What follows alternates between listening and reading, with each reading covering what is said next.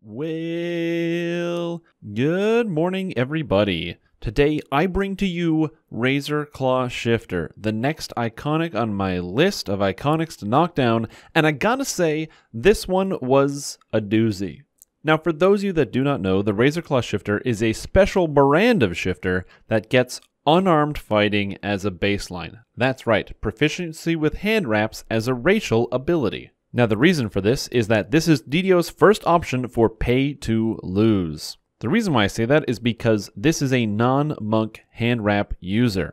It is designed to not work with monks, as when you rage, or shift, in the case of the shifter here, you actually become uncentered, which doesn't allow you to use any of your monk abilities. Additionally, the Razorclaw Shifter is a barbarian, a feral fighter with a custom fighting style. And turning this character into a monk requires multiple reincarnations and alignment changes, which would cost you somewhere around $40 to $60 depending on the sales. And if you were to do this to become a monk, again, all of the class abilities of Shifter actually uncenter you, making it so you can't actually play as a monk. So, how do you make it work as a barbarian? And the answer is kinda poorly. One of the main issues with the Razorclaw Shifter is that barbarians, while being very cool and very strong, have no real synergy with two-weapon fighting. Barbarians work great when multi-class for single-weapon fighting, and barbarians work great as pure class for two-handed fighting. But two-weapon fighting just doesn't really work into most of what they do. This leaves you in this weird scenario where, while you do get a little bit of extra power from the racial tree,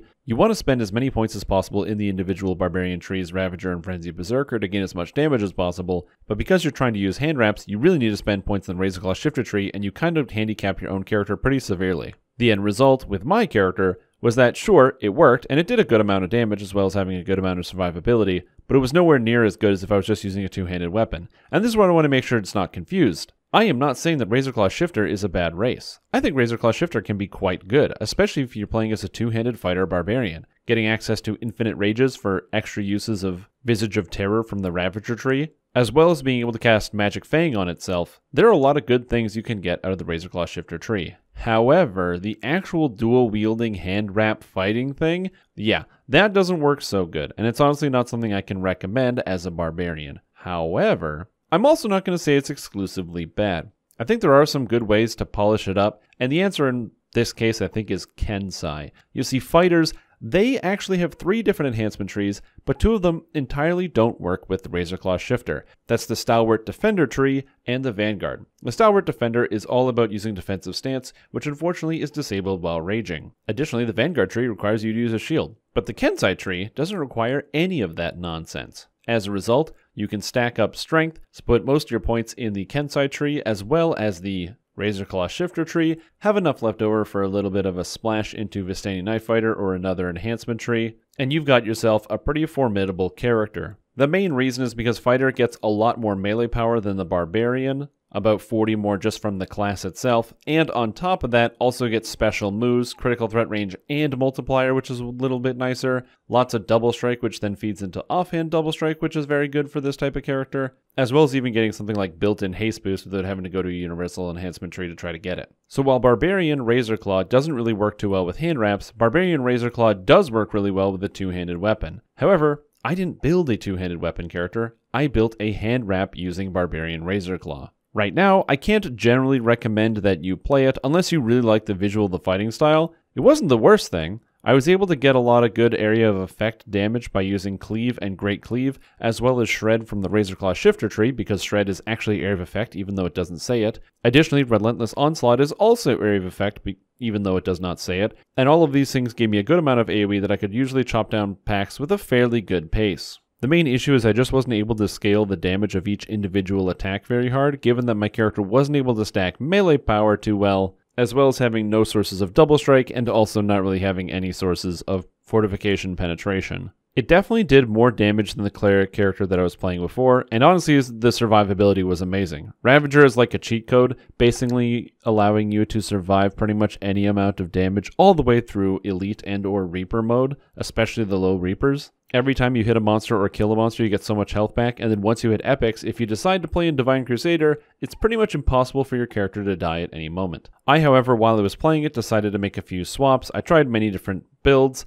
The one I ended up landing on was using Frenzied Berserker, as well as the Fury of the Wild Tree. I think the Fury of the Wild is just too good to pass up on any barbarian, just because you rage, so you get the extra raging bonuses. On top of that, it just gives you a whole bunch of strength, especially the strength from Primal Scream, which is a rage bonus. And on top of that, you're able to get access to the adrenaline charges, which, when you have the knockdown effect on them, you can knock down monsters for 10 seconds and make them helpless, and during that 10 seconds, no monster is ever going to be able to get back up. Additionally, you attack so quickly that you pretty much always have adrenaline charges, as you get one adrenaline charge back on Vorpal. So when I was using it, I was pretty much just spamming adrenaline as much as I could, getting extra damage, knocking down targets, and always having more charges on the back half. But it's important to note that if you are planning on playing as a Fury of the Wild character, it's way better to use a two-handed weapon, as there are several effects in Fury of the Wild that are specifically two-handed oriented, and that will only really work with two-handed weapons. So again, it's the kind of thing where, yes, you can play dual-wield Shifter with the hand wraps, but it's something you probably shouldn't do because there's so many better options for Shifter Barbarian as a pure. But again,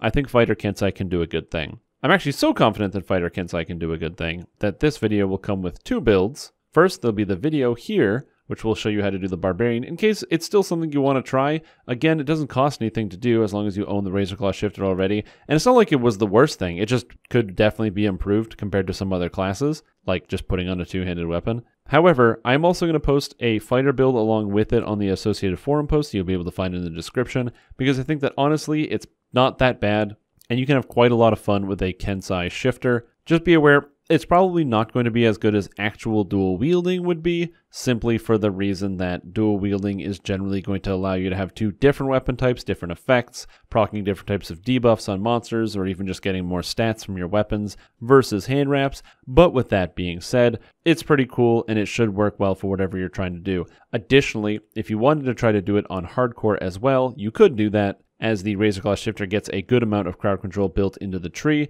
which means you can actually protect yourself fairly well. Now, with all of that being said, I'm going to pass it over to me with the build so you can see how I put this thing together.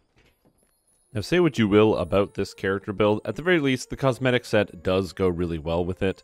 This is the Crocodile cosmetic set from the Salt Marsh, and as a claw-based character, damn does it look ferocious. However, it's not as good as many other things, but in case you want to try out this version of Razorclaw Shifter, you can, and I'll give some recommendations as to how I think could make it better. To get started, this is a pure Barbarian Razorclaw Shifter. It's very easy to use and make. I mean, you just put pretty much all your points in strength. You get enough dexterity to be able to use all the two-weapon fighting feats, which is a total of 17. I have a +3 tome on this character, but if you don't have a +3 tome, start with a 15 and put 2 points, or start with a 15, get 1500 or 1750 favor, get a +2 tome from the guy, and then you should be fine. But you still need to have a 17 dexterity to take all of the feats, which is another reason why this is better off as a two-handed fighter in general when you play Barbarian. And then the rest goes into Constitution. The other stats don't matter. Your character gets a lot of defense just from being a Barbarian, lots of hit points, percentage damage reduction, so a lot of the tankiness doesn't even come from the items, which is kind of interesting.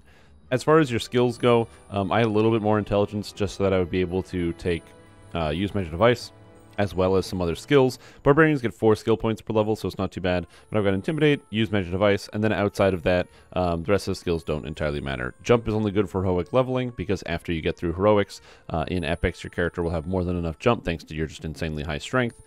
Balance here is kind of useful sometimes. Listen is mostly useless, but it could come in handy every once in a while. But yeah, you don't really need most of those things. As far as the feats went, this character is pretty straightforward. As far as combat styles, you grab 2 weapon fighting, improved and greater 2 weapon fighting. Now, when it comes to other things, we've also got the options here for Cleave, Great Cleave, and Power Attack. That's what I went with because I wanted to make sure I could get lots of area of effect. I already knew going into this that this character does not have really any AoE, and I wanted to try to capitalize on that. And, well, it's really annoying to go for the Whirlwind Attack line. It may have been better, I'm not entirely sure, dropping Power Attack, Cleave, and Great Cleave, grabbing Dodge, Mobility, Spring Attack, then trying to fit in Combat Expertise and another feat. It would have been pretty tight. Now, because this is a hand wrap using character, make sure you take improved critical bludgeoning. I've seen a lot of people make this mistake where they think that because I'm using claws or because I get slashing and piercing damage that you need something else. It's bludgeoning weapons because hand wraps are bludgeoning weapons. I added different damage types, but it's a bludgeoning weapon no matter what. But other than that, that's pretty much all my feats there. Improved critical, the combat style feats, and then all the cleaves. Overall, I felt that the cleaves were helpful for the leveling process, but cleave is not the best feat in the game, so I kind of wish there was something better than this as an option. As I moved into epics, I grabbed Overwhelming Critical here. I also made sure to grab Epic Fortitude, Epic Damage Reduction, and then from the Martial Sphere, I grabbed Pierce Cold Iron and Dire Charge. And then from the Primal Sphere, I grabbed Perfect 2-Weapon Fighting. Now, you don't necessarily need to take Pierce Cold Iron. I took it for easy leveling. This character is currently using the Adamantine Knuckles, which if you want to try this character, make sure you go get an Adamantine Knuckle first. It'll make your leveling experience a lot better because it's a huge bump in your actual damage. Now let's take a look at the Enhancement Tree. Now this is the Enhancement Tree that I ended using. For the first 27 levels of this character, I was using Ravager because I didn't have an Adamantine Knuckle. Now then when I got one, I swapped into this Frenzied Berserker. So why was I doing that? Well, first of all, the Ravager tree grants this effect up here, Blood Strength, which gives you a whole bunch of healing when you take damage, and critical threat range.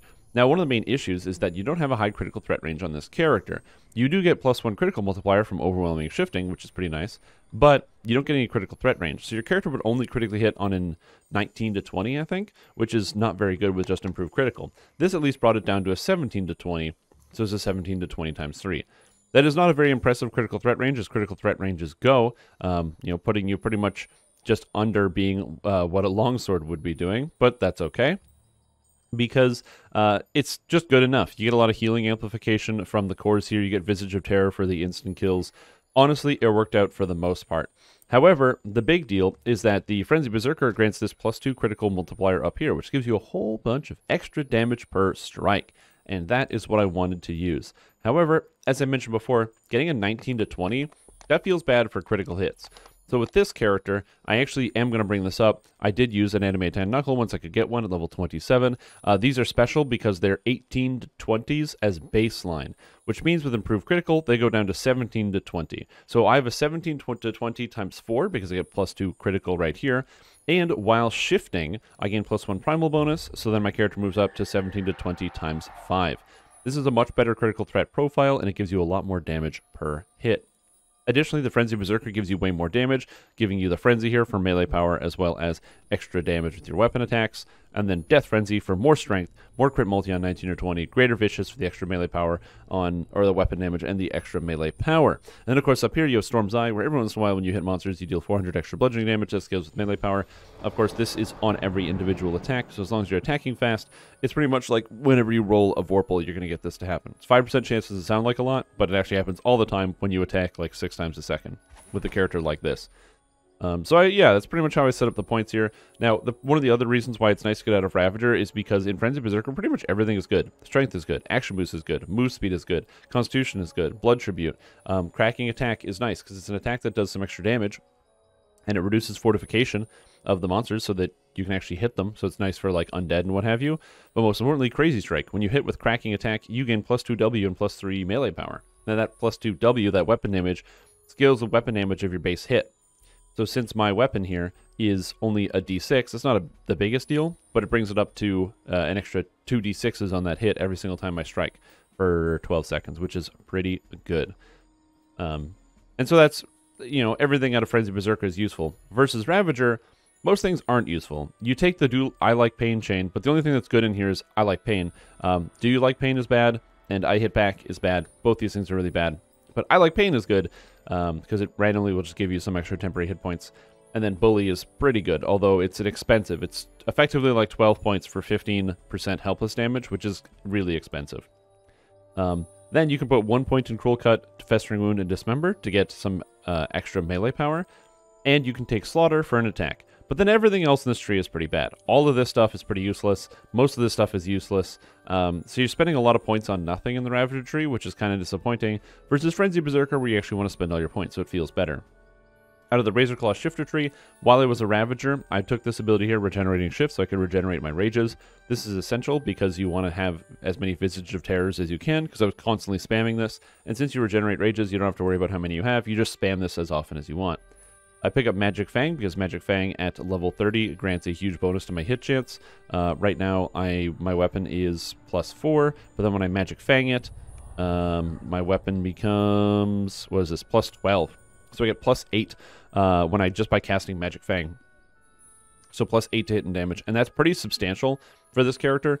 It's a lot of extra base damage that gets multiplied through everything, and it's one of the reasons why I recommend Magic Fang. In fact, Magic Fang is so good that if someone casts Deadly on you, it's actually worse than Magic Fang, because at the end game, Deadly weapons will give you an extra 6.5 damage per strike on your like hand wraps if you have a raid hand wrap, and Magic Fang gives me 8 damage per strike and 8 extra hit chance. So this is better than Deadly weapons if you can get access to it. I take Shred because it's got crit multi and threat range as an attack. It's also area of effect. It doesn't say that, but it's actually an area of effect attack like so. Second Claw for the offhand hit chance. It still has offhand double strike. I think this is because when double strike was changed, the development staff went through and they wanted to make sure all sorts of offhand double strike either just became double strike or were removed. However, what I don't think they realize is that this is on Razorclaw Shifter because nobody plays Razorclaw Shifter. It is the least represented thing, and in most servers, less than 0.5% of the population is a Razorclaw Shifter at any moment. So since it's the least represented thing, I don't think anyone even noticed. I didn't notice until I started playing one. So yeah, I put a bug report in for that, and hopefully they'll get fixed up. Sharper Claws here, so you get bypassing, slashing, and piercing DR. This is just convenient. And then, of course, destructive shifting and overwhelming shifting to get you that extra plus critical multiplier. I also like taking Relentless Onslaught, and one of the reasons is because this isn't the strongest character in the world, but this is an attack that makes it so you're guaranteed to knock somebody down for 20 seconds.